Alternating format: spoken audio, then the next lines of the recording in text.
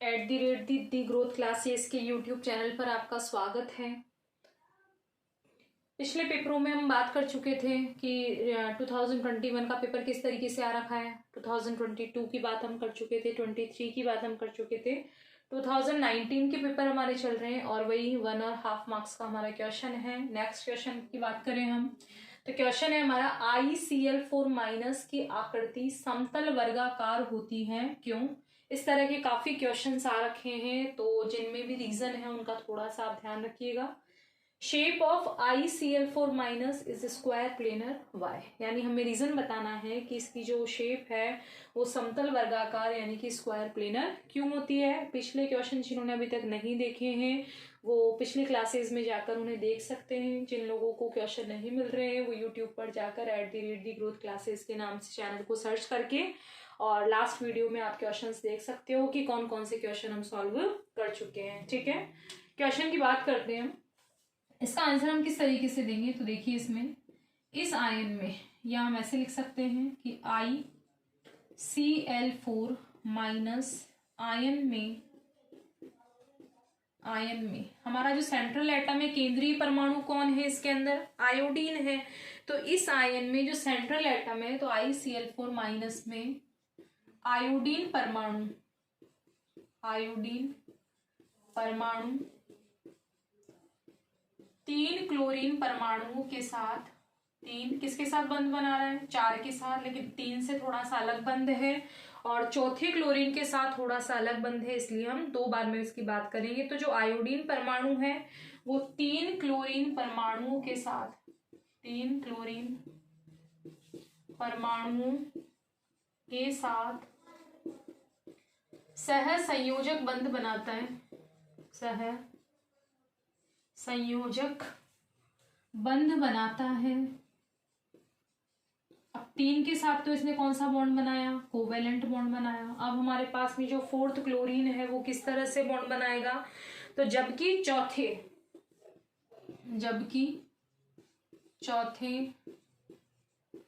Chlorine परमाणु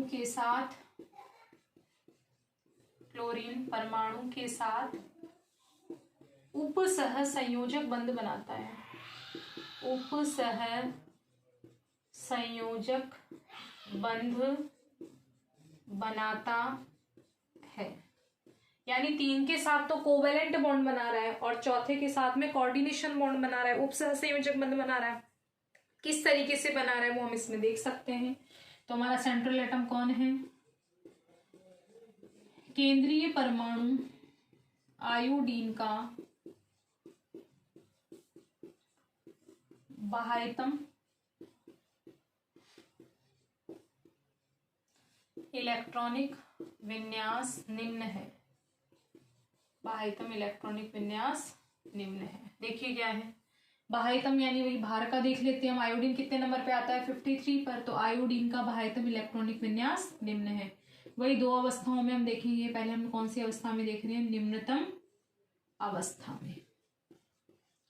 तो निम्नतम अवस्था में बात करें हम तो क्या होता है, 5s2 और 5p5।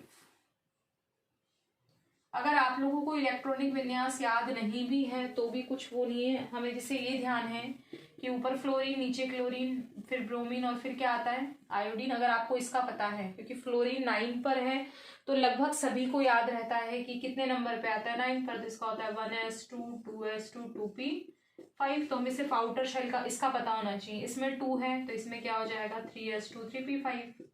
इसमें क्या हो जाएगा, एक एक नंबर बढ़ाते जाओ, 2 3 4 5। तो 4s2 4p5 और इसका हो जाएगा 5s2 5p5। तो अगर हमें इलेक्ट्रॉनिक विन्यास याद नहीं भी है, या इसके अलावा मान लो हमें Br F4- का दे देता, इसका दे देता Br F4-, इसका अगर हमें पूछ लेता तो हमें कुछ नहीं करना, सेम वही चीज है, बस आयोडीन की जगह क्या आ गया, ब्रोमीन, क्लोरीन की जगः क्या आ गया, फ्लोरीन, 5s2 5p5 की जगह क्या कर दोगे, 4s2 4p5। और सेम हमारा आंसर किसका हो जाएगा, ये Br F4-। और Br F4- की आकृति भी कौन सी होती है, स्क्वायर प्लेनर। तो अगर हमने एक कर लिया तो हम दूसरे का आंसर भी आसानी से दे सकते हैं। तो ICl4 माइनस का बिल्कुल जो आंसर है वो किससे मिलता है, BrF4 माइनस में। बस इसमें थोड़ा सा अंतर है जो आप लोगों को ध्यान रखना है। सबसे बड़ा अंतर यहाँ पर है 4s2 4p5 के आयोडीन में क्या होता है 5s2 5p5। देखिए इसके अंदर फिर वही 5p के बाद में क्या लिखते हैं 5d। ये पहले भी वीडियो में मैं बता चुकी हूँ, जिन्होंने नहीं देखा है वो पिछले वीडियोस में जाकर, पिछले क्लासेस में जाकर आप देख सकते हैं। हम आगे का क्यों लेते हैं, क्योंकि वो हमारे किस में काम आता है, हाइब्रिडाइजेशन में काम आता है, इसलिए। ठीक है, तो देखिए इसके अंदर 5s2 5p5 है, तो 1 2 3 4 और ये क्या हो गया हमारे पास 5। ये तो हो गया निम्नतम। अब हमने पढ़ा था कि जितने क्लोरीन से जुड़ा हुआ हो उतने ही क्या कर रहे हैं हम, अनपेयर्ड इलेक्ट्रॉन। ये पिछली क्लासेस में भी मैंने आप लोगों को बताया था। क्लोरीन कितने हैं, 4 हैं, और एक माइनस का निशान और है हमारे पास, इसे भी हमें ध्यान में रखना है। लेकिन हमने यहाँ लिखा है कि 3 क्लोरीन परमाणुओं के साथ कौन से बंध बना रहा है, सहसंयोजक। तो पहले सिर्फ कितने एक्साइटेड स्टेट में करोगे, 3 ही करोगे। ठीक है, तो क्या लिखोगे, उत्तेजित अवस्था। उत्तेजित अवस्था में ध्यान रखना, हमें सिर्फ सहसंयोजक वाला ही देखना है। अभी हम उप सहसंयोजक की बात, तो उप सहसंयोजक वाला क्लोरीन अगर छोड़ देते हो तो कितने क्लोरीन बचते हैं, 3। तो अनपेयर्ड इलेक्ट्रॉन भी पहले कितने करोगे, 3 ही करोगे। तो इसमें 1 2 ऐसे कैसे, 1 2 3 कितने अनपेयर्ड किए, 3 ही क्यों किए, क्योंकि हमने सिर्फ 3 सहसंयोजक बंध की यहाँ बात की है, चौथे की बात हम यहाँ पर नहीं कर रहे हैं। तो इसके हिसाब से अगर हम देखें तो इसमें संकरण हमारा कौन सा हो जाएगा, हाइब्रिडाइजेशन, sp3d संकरण। अभी ये कंप्लीट नहीं हुआ है हमारा, इसको हम आगे भी कंटिन्यू और करेंगे। अभी तक जो हमने देखा वहां हमारा हाइब्रिडाइजेशन क्या आ रहा है, sp3d संकरण आ रहा है। लेकिन 3 क्लोरीन के साथ तो क्या है, सहसंयोजक बंध। चूंकि 3 क्लोरीन के साथ, ज्यादा बड़ा नहीं करें, 3 क्लोरीन के साथ सहसंयोजक व चौथे क्लोरीन के साथ उप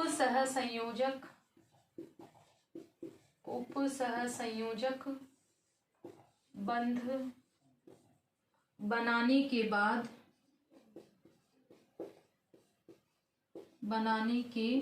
बाद निम्न विन्यास हो जाएगा।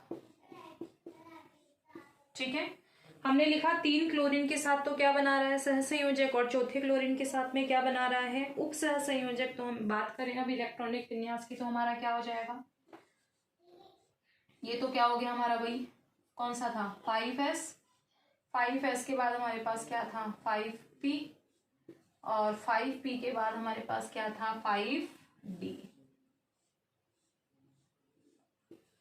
ठीक है, अब इसमें इलेक्ट्रॉन कैसे भरेंगे, तो इनमें तो हमें छेड़ना नहीं है, जो पेयर थे उनको पेयर रहने देते हैं। ठीक है, बात कहाँ से शुरू की हमने, 1 2 3, तो हमने लिख लिया 1 2 3 1 2 3। एक माइनस और है हमारे पास, यानी आयोडीन पर क्या लगा हुआ है, माइनस। तो माइनस का मतलब इस पर एक इलेक्ट्रॉन और ऐड कर देते हैं, क्योंकि यहाँ ICl4 माइनस है, माइनस का मतलब आयोडीन ने कितना इलेक्ट्रॉन लिया है, एक। तो उस एक इलेक्ट्रॉन को हमने यहाँ पर बढ़ा दिया। ठीक है, कितने सिंगल एटम हो गए हमारे 1 2 3 4 अनपेयर्ड है हमारे पास, क्लोरीन भी कितने हैं 4। तो 4 क्लोरीन क्या करेंगे, इनमें 4 बंध बना देंगे, 1 2 3 4।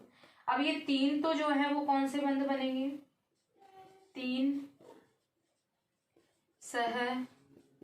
सहसंयोजक बंध। यानी इन तीनों में कहां से कहां तक, यहां से यहां तक 3 क्लोरीन ने क्या किया, अपना एक एक इलेक्ट्रॉन दिया, और एक एक इलेक्ट्रॉन देकर कितने सहसंयोजक बंध बना लिए, 3। और ये चौथा क्या बनेगा, एक उप सहसंयोजक बंध। ये इसमें हमने सब में डबल डबल क्यों भर दिए, यहाँ हमारे पास लोन पेयर तो सिर्फ 2 हैं। ठीक है, एकाकी युग्म जो है वो केवल कितने हैं, 2 हैं। इन सभी में पेयर्ड कहाँ से आए, एक क्लोरीन ने इसमें दिया, एक क्लोरीन ने इसमें दिया, एक क्लोरीन ने इसमें दिया, और एक उप सहसंयोजक वाला था उसने किसको दिया, जो हमने माइनस का इलेक्ट्रॉन लगाया था उस पर दे दिया। ठीक है, इस तरह से जो हमारा अब संकरण होगा, अब कौन सा संकरण हो गया हमारा, एक और डी का बढ़ गया, तो अब हमारे पास इसके अंदर कौन सा हो गया, sp3d।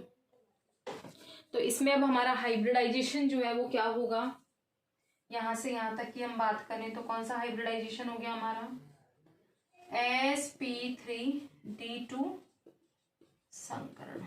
कितना हाइब्रिडाइजेशन हो गया हमारा, पहले कितना था sp3d, लेकिन अब हमारा जो हाइब्रिडाइजेशन है वो कितना हो गया है, sp3d2। ठीक है, इतना आप नोट डाउन कीजिए, उसके बाद इसको आगे कंटिन्यू करते हैं।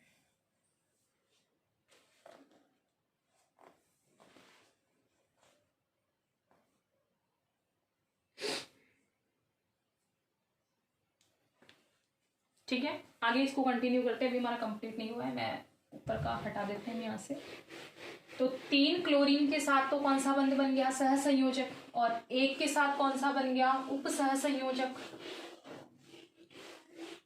और यहाँ पेयर्ड क्यों कर दिया हमने, एक क्लोरीन इसमें दे रहा है, एक क्लोरीन इसमें, एक कौन से वाले, 3 सहसंयोजक बंध वाले, और एक ने इसमें दे दिया, तो एक क्या बन गया, उप सहसंयोजक बंध। और हमारा जो हाइब्रिडाइजेशन हो गया वो कौन सा हो गया, sp3d2। ठीक है, आगे इसको कंटिन्यू करते हैं। अतः ICl4 माइनस में sp3d2 किस तरह से हुआ वो हम देख चुके हैं, sp3d2 संकरण होगा। ठीक है, कौन सा संकरण होगा, sp3d2 संकरण होगा। और अष्टफलकीय आकृति में, और अष्टफलकीय आकृति में कितने कक्षक हो गए, sp3d2 टोटल कितने कक्षक हो गए हमारे पास में, 6। तो अष्टफलकीय आकृति में कितने कक्षक अभिविन्यासित होंगे, 6 कक्षक। तो अष्टफलकीय आकृति में 6 कक्षक अभिविन्यासित होंगे, ओरिएंटेड होंगे, अभिविन्यासित होंगे। ठीक है, 6 कक्षक होंगे। sp3d2 में कौन सी आकृति बनती है, अष्टफलकीय, लेकिन जो हमारा लोन पेयर है तो न्यूनतम प्रतिकर्षण हेतु क्या करेंगे, 2 अक्षीय कक्षक जो है वो न्यूनतम प्रतिकर्षण हेतु, न्यूनतम प्रतिकर्षण हेतु क्या होंगे, कितने लोन पेयर थे हमारे पास में, ये सिर्फ 2 ही लोन पेयर है हमारे पास, ये लोन पेयर में काउंट नहीं होंगे, तो बंध बनाने के बाद बने। ठीक है, तो लोन पेयर केवल कितने हमारे पास में, 2। तो न्यूनतम प्रतिकर्षण हेतु दोनों अक्षीय कक्षकों में, दोनों अक्षीय कक्षकों, कितने अक्षीय कक्षक होते हैं, 2, ये हम पहले भी बात कर चुके हैं। तो दोनों अक्षीय कक्षकों में 2 अबंधी इलेक्ट्रॉन युग्म ऊपर व नीचे स्थापित होंगे, ऊपर व नीचे स्थापित होंगे। एक बार इसका पहले डायग्राम साइड में बना लेते हैं, फिर इसकी बात करते हैं। ठीक है, हमारा सेंट्रल एटम कौन है, आयोडीन। हमने कहा कि जो 2 लोन पेयर है वो कौन सी स्थिति में स्थित होते हैं, अक्षीय। ठीक है, कितने क्लोरीन से जुड़ा हुआ है ये, 4 के साथ, तो यहाँ 4 हमने लिख लिए।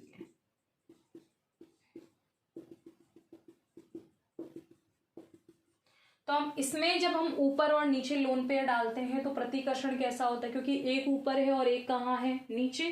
तो दोनों अक्षीय कक्षकों में 2 अबंधी इलेक्ट्रॉन युग्म कहाँ स्थापित होंगे, ऊपर व नीचे स्थापित होंगे। जबकि चारों क्लोरीन परमाणु कहाँ पर आ गए, जबकि चारों कौन सी स्थिति पर आ गए, जबकि चारों क्लोरीन परमाणु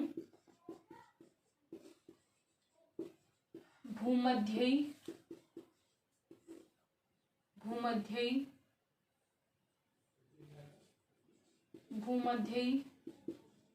कक्षकों में स्थापित होंगे। यह हमें डायग्राम से नजर आ ही रहा है, स्थापित होंगे। तो अक्षीय कक्षकों में तो लोन पेयर चले गए, और भूमध्य कक्षकों में कौन आ गए, क्लोरीन परमाणु। और कौन संरचना बन जाएगी, और एक वर्ग समतलीय संरचना बन जाएगी। वर्ग समतलीय संरचना बन जाएगी।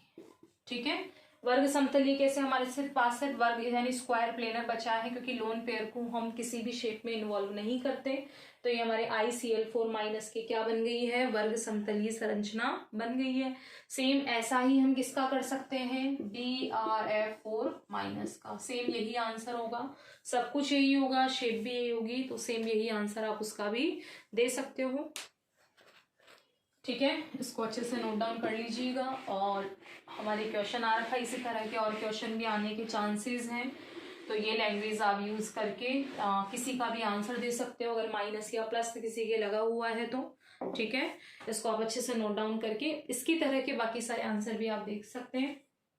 अगर आपको वीडियो पसंद आ रहा है तो उसे लाइक और शेयर कीजिए, और जिन्होंने अभी तक भी चैनल को सब्सक्राइब नहीं किया है वो चैनल को सब्सक्राइब कीजिए, और इसी तरह के सारे क्वेश्चंस का आंसर आप दे सकते हैं। Thank you so much.